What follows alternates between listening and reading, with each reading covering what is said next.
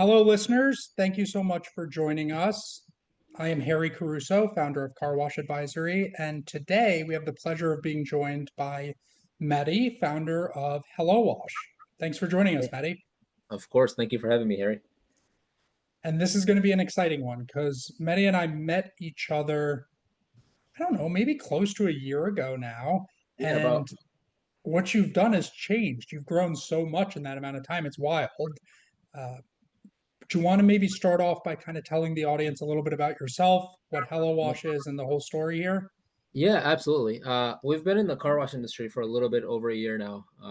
So we met a few months into our venture, which I'm pleased and happy that we did.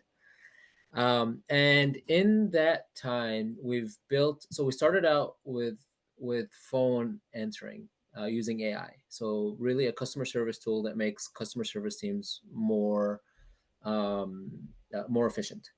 What we're really turning into is a suite of tools for customer service and beyond, because we're finding that there is a lot of opportunity in the car wash space, and specifically in building technology to make the lives of operators a little bit easier and a little bit more efficient. We now work with about 30% of the top operators in the industry, and by the end of the year, we will be in about 60% of the top operators. And yeah, we've seen wildfire growth on our side, and we're hoping it to continue. But we're really doing it for the passion and the love of just helping operators. I come from a family of people who've operated small chain restaurants, and we've seen how bad um, in that space technology is, and how much it's needed to have what we do in the car wash industry, right? And where'd the genesis of this come from? Because there obviously, I don't think anybody could even begin to try to refute the need for what you're providing and how far behind these brick and mortar industries are in terms of basic technologies or what has become basic. But where's the genesis? Like, where'd this happen from? Yeah, this was born out of restaurants. I was working for my dad in his restaurant every weekend, and he would pay me in food, which was good enough.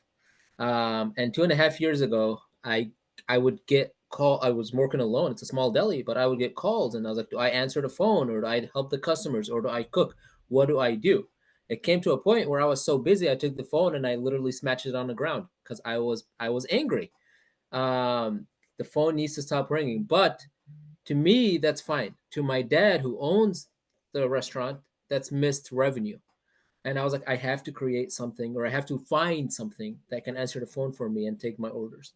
When I went to look, nobody wanted to work with a small guy. Nobody wanted to. They would either make it really hard for us by charging us exuberant amount of while turning around and charging their big enterprise clients, a third of what they would charge us, right? Which I see in the car wash industry quite a bit. Or they say you're just too small. And so I went and I was like, I'm going to build this for the restaurant industry. I found my best friend, who's a super smart dude, Bill Gates scholar. He is like imagine 0.03% of people who apply to become Bill Gates scholars become Bill Gates scholar. He did, meaning his whole college is paid off, like however much education he wants. Master's in computer science, super smart. We built this thing together.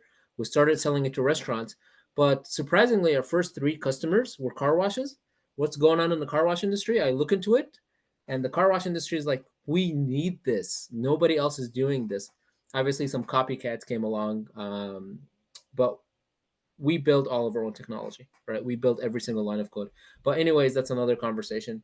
The point is, this is where it all started in restaurants, but we saw that car washes needed it more. I gotta say, Maddie, for anybody listening, it's just remarkable to know that Bill Gates scholars are now working on software for individualized car wash owners. The Yeah. level of talent that is different today, or at least that's not even fair to say, the level of more formalized educational talent. Because Yeah. God knows, I think car wash owners have been some of the smartest guys out there, whether it be through formalized education or not, Yeah. forever. But this is, I mean, nobody would believe you if you told them this 5 years ago. Yeah. Bill Gates Oh, scholars. absolutely. Oh, 100%. Yeah, yeah, yeah. And I mean, even beyond Henry, my co-founder, we have some of the smartest, machine learning engineers in the industry. And the problem is in the car wash industry, there's AI tools that are coming up now. Nobody has machine learning engineers on their team building AI tools. And it's like, how are you going to build something when you don't have the expertise, right? And I think we're changing the face of that here. Well, I don't know, Maddie. That's worked pretty well for the operating side to date. You don't need to know how to operate them. All joking aside, I couldn't agree more. And I love, love, love nothing more than to hear that something was created from a pull dynamic rather than a push dynamic. And it sounds like you didn't even intend, similar to when we started Car Wash Advisory. I didn't have my sights set on the car wash industry. You saw a need that was so overwhelming that you knew it had to be satisfied, but it wasn't forcing the proverbial square peg into a round hole, but far from it. 100%. And at the time when we were doing that, my Henry, again, my co-founder, he's like, why would we go into a small industry? Because we didn't know much about the industry. Why would we go into a small industry when we have all these general businesses that could use us and use what we do? And I'm like, Henry, just look at these numbers, look at these people, look at how much pain, look at our first three customers. This operator is sitting at home at dinner at 8 p.m. and getting calls asking if they're open. Yeah. And it's like, it's ridiculous. It is a clear need, and I think it's an awesome place to start. And I couldn't agree with you more just to touch on that machine learning topic. And I think that's really how you and I initially became acquainted and friends. I have a small background in machine learning and natural language processing. You understand it, albeit maybe that of your partner who's doing the nitty gritty. Of But course. if I hear of one more company using big data or machine learning without a semblance of understanding as to what they're really doing, Yeah. I wish that there was a way to synthetically short the whole part of the space, but I don't think we can. No, I don't think we can. But that's the important part of. I mean, we have some great vendors in the industry, right? And they do Yeah. really good work, and they do good work because they're experts in what they do, right?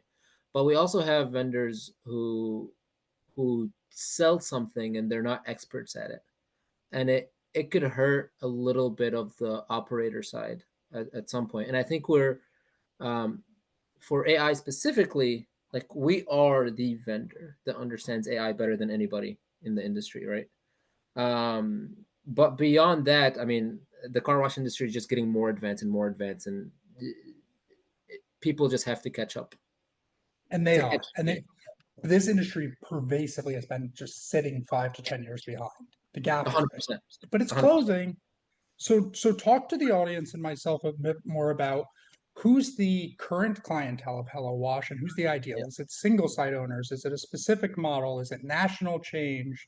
Who do you apply to? That's a very good question because it depends on where we are now and where we're going to be in the future. Because customer service is not the only tool we're building, right? We're building other tools like sales tools and operations tools and finance tools that will come and really change the face of how operators work.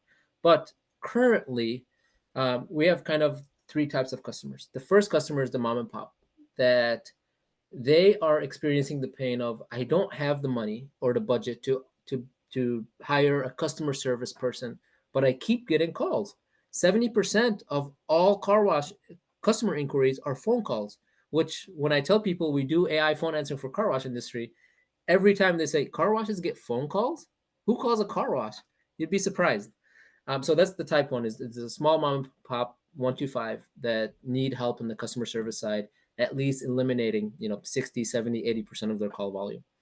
The second part is the 5 to 30 to 50 kind of location operators who may have a small team of 1, 2, 3 people, but they're overwhelmed with inquiries, customer service inquiries. And this is where we kind of really help reduce that by significantly reduce that call volume and work volume that they do. And then you have the operator that's above 50 locations, the big guys, the Misters, the tidal waves, those guys, the Zips. Even though Zips is now owned, no longer in the picture as Zips. But you have those guys who they fall into a couple of categories, but they have big teams, like 20 people on their customer service team, or they outsource to some other company that answers their phone calls, and they're seeing like, hey, how do I expand my team, or do I need to expand my team, or I need to spend another $1 million to hire another 20 people? And the problem is you don't. You can make your people twice as efficient using something like Hello Watch, right? And that's kind of like the three types of operators that we see for something like this. So tell me if you disagree with me here, Maddie. I was always taught, and maybe I've been taught wrong, or maybe I'm nuts, but I was Yeah. always taught you do what your core value add is, your unique ability, your superpower. What are you here to do? And you do that as well as you possibly can. My father used to always say, Harry, you can be a postman. Just be the Yeah. best postman the world's ever seen. My response was always, I'm not sure how you're a good postman or not, but Yeah. nonetheless, right? So if you're a car wash owner, I don't care if you own one or 150, right? 500. Yeah. Your core competency in business is not picking up customer service calls. It's It's not. not. No. It's not a differentiator. It's not a revenue driver. It could be a revenue drainer in terms Yeah. of if you handle it incorrectly, but in no way, shape, or form should your value add as a car wash operation be the customer service component. Yeah. I agree. I tell operators that they tend to disagree with me, even though they've been neglecting customer service for the longest time. It's like I bring the solution to an operator and they're like, oh, unless it makes me a perfect customer service machine, like I don't want it. And it's like the alternatives, you do nothing. You don't answer the call. You don't answer the calls, you don't help the customer. So why not add something that will do something for you and make you more efficient, right? And again, this is not how every operator thinks. A lot of operators think like, I need to be good at customer service, which you do need to be good at customer service because you need to serve your customers. But at the same time, you can't say, oh, I need to be a perfect version or I don't have nothing. It's cognitive bias, right? It's perfectionism. It's all or nothing thinking. I do it all the time. Well, if I'm I gonna do do too. it, I'm gonna do it 110% or nothing. Like, Yeah, is yeah, that really rational behavior? No, it's not. No, yeah. it's foolish. So I have seen that. I am somebody who does that, admittedly, and Same. luckily enough, I surround myself with people that call me on that nonsense, which I find helpful. Thank God. Uh, but that makes complete sense. I think we're kind of understanding this applies all the same. It applies just as similarly to a one or two site operator as it is a 500 site operator. 100%. Yeah, I didn't plan on talking about this, but as we're talking here, I can't begin to explain the amount of misconception there is as to what is AI, what is programmatic, what is this. I think there's got to be a looming fear and misunderstanding as to what the heck is AI call centers.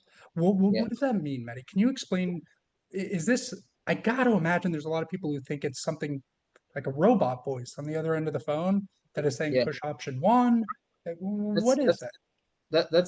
that's a good question because I get that a lot from operators who are afraid of a couple of things. One is they say, "Oh, I don't want my customers talking to AI or to a robot. Like that's going to ruin their experience."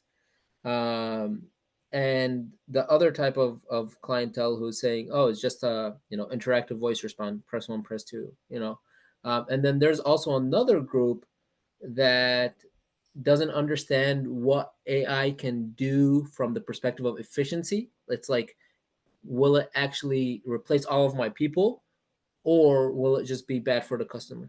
And what people don't understand is, and what our motto is, we are creating AI to make people more efficient. One, we don't want to replace people. Our goal is not to replace. We already don't have enough people. So who is there to replace? Right? Like you don't have enough people, they're underwater. How are we going to replace the people that you don't have enough of? That's one, right?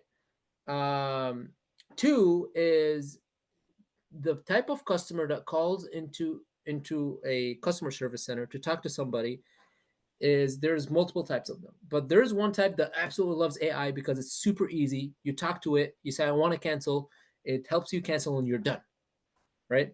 Now there is a type that says that just hates anything AI or anything automated, just customer service, customer service, customer service. We make it super easy to get to a customer service team or to take a message for a customer service team to reach out back to the customer, right?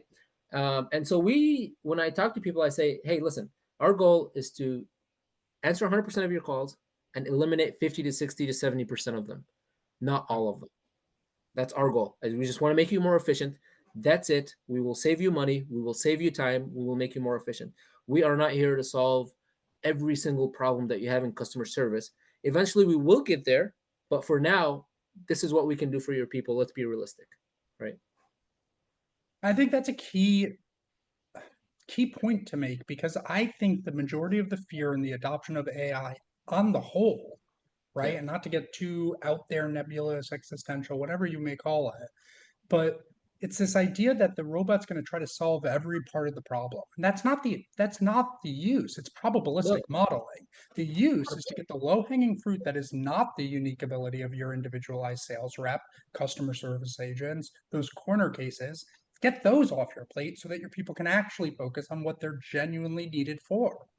100%. Yeah. Yeah. And I hear like, I talk to operators and they're like, I don't want AI doing my damage claims. I'm like, no, no, our goal is not to do your damage claims. Our goal is to do the things that will allow your people to do the damage claims, that will allow your people to determine if this is a refund or not. Not to make it so that, I mean, really, like we see calls on our side where people call and say, customer service, customer service, customer service. We forward them and then they ask, do you accept dualies?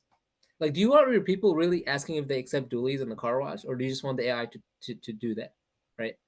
Because that's such a simple question that something can answer, and you don't want your people spending 6 minutes talking to somebody to tell them, hey, we can't wash your car. You know what the penultimate example is? Wrong number. Wrong number. That's what we're trying to get rid of here, guys. Okay. Okay. You're Yeah, right. We're not trying to replace the human intelligence that'll never be replaced. But yeah, Mehdi, you bring up a really, really, really good point, and I think a salient one, which is on everybody's mind, which is this a cost saving mechanism? Is this to increase the quality of your customer service? Is this yeah, to reduce membership churn? Where does the rubber meet the road in terms of, hey, let's do it, let's use Hello Wash? yeah. It depends on the operator, because if you're an operator that has 50 people in the call center, or you're paying a third party to have 50 people answer phone calls for you, and you start using AI, the immediate, or our tool at least, the immediate impact that you will see is a 50% reduction in phone calls, people coming in the queue, right? That there immediately should be considered a cost savings, because what would you need to do in order to answer 100% of your calls? You need to hire maybe double the team. But that's not how they think about it, right? Because they want to say, how can I save costs now? And in some cases, it's like, you really can't save costs right now because you're only answering 40% of your calls. You know what I'm saying? It's like, how are you going to save costs now? And go ahead. Yeah, yeah. Go ahead. No, I no, know you. please keep going. Please go. The second part of that is, now, if you are answering 100% of your calls right now and your people are sitting around doing nothing, then you can use those people in other things, and now you're really saving costs right now. But if you're in a category where, like, okay, I can see ROI now, I can see ROI in a year, or I can see ROI in 3 years. So those are kind of like the three categories. And the people who see ROI later are already not doing a good job. Well, not, it's out of their hands, but they're already not doing a good job answering the phone, and they have 30% service level. There's a customer that we're working with right now that has 26 locations, and they have 3 people answering the phone. Before using us, they're only answering 30% of their calls that come into the queue. After using us, now they're answering 88% of their calls. We didn't get you to 100, but we got you from 30 to 88. But at the same time, you didn't save money because you can't get rid of one of your 3 people. No, but and Maddie, I know we weren't planning, or at least I didn't tell you we were going to plan on talking about the financials, but and we don't have to get into the very specifics of it. But we're not talking about a price point that's going to require some outlandish, inconceivable level of increased retention or membership.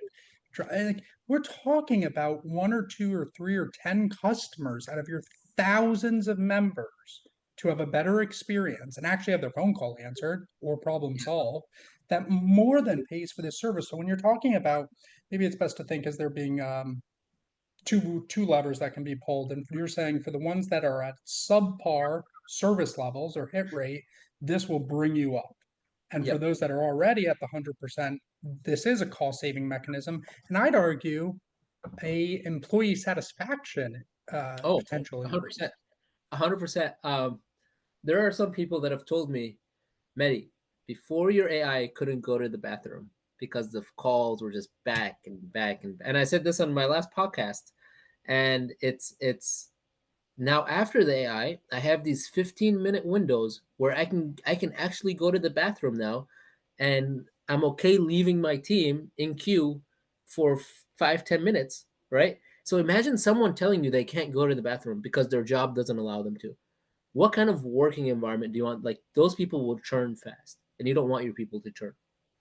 There's the time element, and there's also, again, I keep going to the broader machine learning topic here, Maddie, but the, I have the same exact sentiment and feeling as to AI's larger implementation on the whole, because not only are you allowing for better quality of life in terms of that, and not always being 100% on call and on and having a heart attack, but secondarily, you're getting rid of, we all have to remember, we're getting rid of the tasks nobody wants to do. Nobody wants to do. Yeah, It's 100%.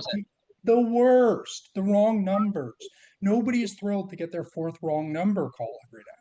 Yeah, yeah. Or the now every other call is Google verification. Dude, press blah blah blah blah, and our AI can just completely eliminate that, right?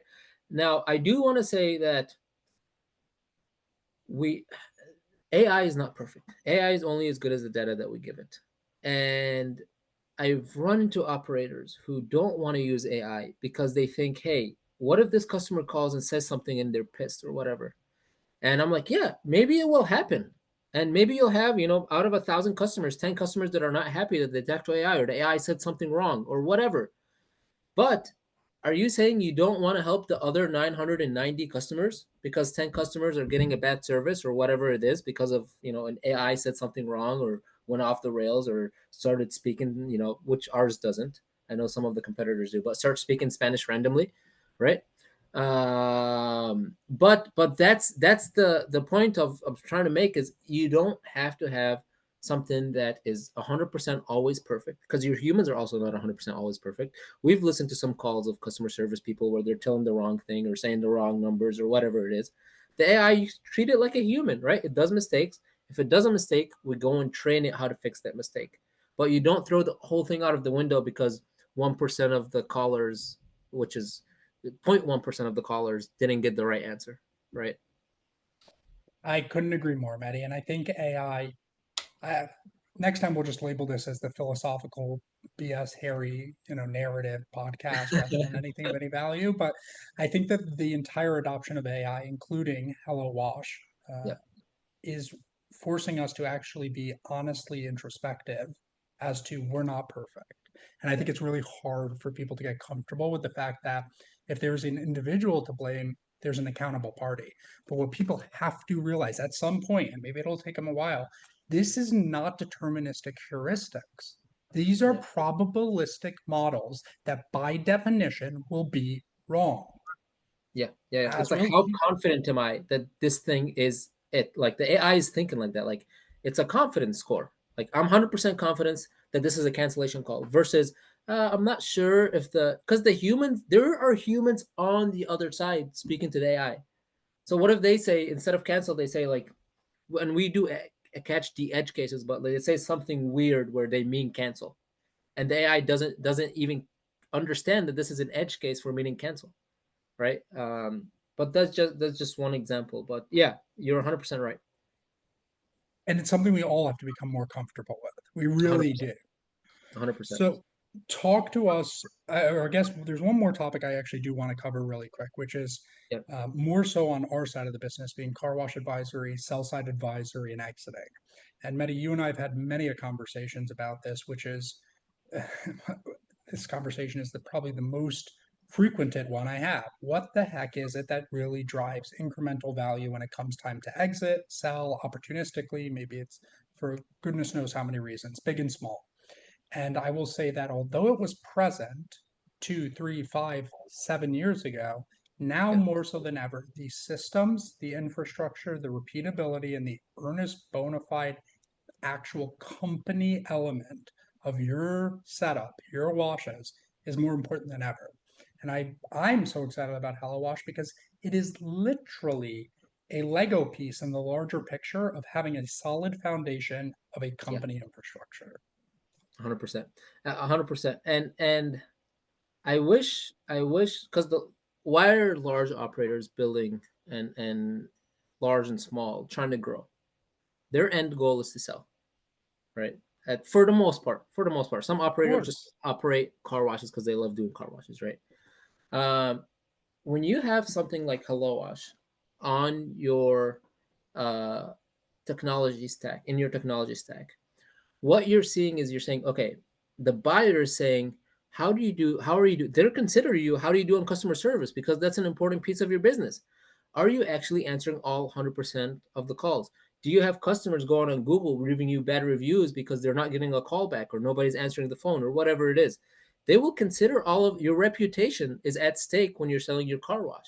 And when you go and say, hey, instead of having 50 people to answer 100% of our calls, we have 10, but we also have Hello Wash and it helps us answer 100% of our calls. That is important. And we pay a tenth of the cost of for Hello Wash instead of having all of the humans that will churn at 50, 60, 70% in some cases. And that is adds more value to when you sell to your car wash than you think, because you're not spending $5 million to answer all customer service calls. You're only spending 500, $600,000 to have the people and Hello Wash, right? I agree, Maddie. And I think if for anybody who's gone through a sale process who's listening, when you get to that final diligence stage of quality of earnings, right? True operational diligence, when you're going through that closing checklist, this comes up. This Mm-hmm. is a check the box item. And I'll tell you what doesn't sound great and allows for an opportunity for retrading. How do you guys handle customer service? We answer the calls when we can. Yep. Not a great answer. This at least allows for a systematic and adoptable and transferable backstop for how you are treating customer service at your company. 100%. And I have a client who has 4 people and a very large number of car washes. Over the Christmas break, which is usually the busy time, everybody's calling to cancel or get a refund or whatever because it's Christmas break and they need money to buy gifts, which makes sense. Um, they're 5,000 tickets behind. 5,000. 5,000. Take them 4 months just to catch up. Imagine calling. We've had calls saying, hey, I called 3 weeks ago and nobody's called me back. Now that looks bad a little bit on Hello Wash for the customer because like, hey, Meddy, like why? Well, the customer knows that they're not calling the customer back, but it's like, how can you put yourself in the position where you don't answer the phones? Because think of a waterfall effect. You don't answer the phones at the locations. Let's say you have 100 locations. Those 100 locations, let's say, get 30,000 calls a month. If you don't answer the phones at the locations, your general managers are too busy. They're selling. Who are they going to call? Who is the customer going to call? Corporate. Now you're not answering the phone here, and now they're calling corporate, and now your corporate team is getting hammered by phone calls. Imagine you have AI in every location that's reducing that by 70%. Now you don't need, even if your people don't answer the other 30%, which we solve for them. We help them track every single time one of their general managers calls a customer back or not, right? We have a pie chart directly on our dashboard that tells them, hey, this location called 3 people, but they didn't call the other 5. And they can go back and tell the general manager, why aren't you calling everybody back? Even after reducing the phone calls, So in a right? way, it's really a mechanism to allow for accountability in core roles such as managers. 100%, 100. And for the car washes that just do it at corporate level, which they do a good job at, they have 20 people. We also automate that, right? But for those who don't, which a large portion don't have 20 people in their call center, and they have the sites calling people back, why are you not reducing the call volume on the site by 70% and then giving them on their cell phone so they don't have to go back to the back office something where it says a customer called, here's their number, here's the reason, here's the transcript, here is a way for you to tell your manager that you called the customer back. Maddie, this all makes tremendous sense to me. I think it's a naturalistic evolution. I've been excited about what you're doing ever since I first learned of it. And for anybody who is listening who does not think that car washes get a lot of phone calls, Oddly enough, Car Wash Advisory has somehow gotten its phone number attached to several Google My Business things. So we get about 120 calls a day. We don't know what washes they are as a company. At least 30 to 40 of those are people calling thinking we're a car wash. You're a car wash, and you yourself. I mean, you're so good at selling car washes, right? Like selling operators and selling like real estate, and you see it come up all the time, probably, right? You're like, you see, like, are you guys doing your customer service right? Are you guys? How are your like on the operation side? Do you, do you when you sell a company or a car wash or a real estate, do they ask you the buyer on the operation side of things? All the time. So much so, Maddie, and this is a great point you bring up. So much so that when we're preparing for a sell side advisory process and we're bringing a portfolio of washes to market, literally on the confidential information memorandum, which is the primary marketing document on the most surface of levels, there is an explicit call out to your Google score. Oh, And oh, I yeah, didn't know that. oh, absolutely, because it matters a lot. I mean, how in today's world can you be running a business, call it a real business and not maybe just a disparate asset and not be picking up the phone? Yeah, yeah. I mean, have you seen? And I sorry to turn the table here, and I'm interviewing you. No. Have you seen it? And I don't know. Have you seen a situation where like revenue looks great, bottom line looks great, but operation is a mess, and that kills a deal? Yes. Yes, I have. It's very rare circumstances where that happens because it's hard to keep the numbers up while producing terrible customer service. I think they are intrinsically correlated, but you know where it can happen is pervasively underserved markets where there's one singular operator, which granted are becoming farther and fewer between. But Yeah, if you are literally the only game in town and therefore the only place for people to go despite your subpar customer service, yes, we have seen it. But I will tell you, and I think we put out a report on this at some point, and if not, it's going to be in our next biannual one. I think it works more so in the other direction, specifically, many being that okay, so maybe you don't see instances where terrible operations bring down value, but I can promise you this, the vast majority of platforms that have been purchased in this space that received absolutely exceptional levels of premium to their valuation have almost all been due to having buttoned up infrastructure systems and operations, period. 100%. Yeah, I and that makes complete sense. Makes What else complete are you buying? because you don't want to buy something and go in there and see, hey, this is what you know the meme of the dog sitting drinking coffee and saying this is there's fires all around, like Yeah. this is fine. You don't want to buy that situation, all right? No, and you don't want to call up the person you just bought a 22 site portfolio from and are now running and you say, hey, can you remind us again who answers the phone when somebody calls? Yeah, exactly. That's funny. All right, Mehdi, I think we covered a tremendous amount. Before we end here, I'd like you to share any sort of contact information, website, whatever is the best way for people to reach you. Yeah, I mean, people can they can call me 612-380-5205. They can go to our website helloash.io or .ai. We own both of them. Yeah, I mean, reach out to me, Meddy at restacall.com or Meddy at helloash.ai. There's many different ways to reach out. I'm happy to talk. I take very good care of our operators. We our customer service side of things turns around things same day, right? If not next day, right away. And so we do a very good job of actually like we care about building a good product that matters. And I've had people, including you, telling me like, "Hey, why aren't you charging more for your product?" It's because we care about building a good product, right?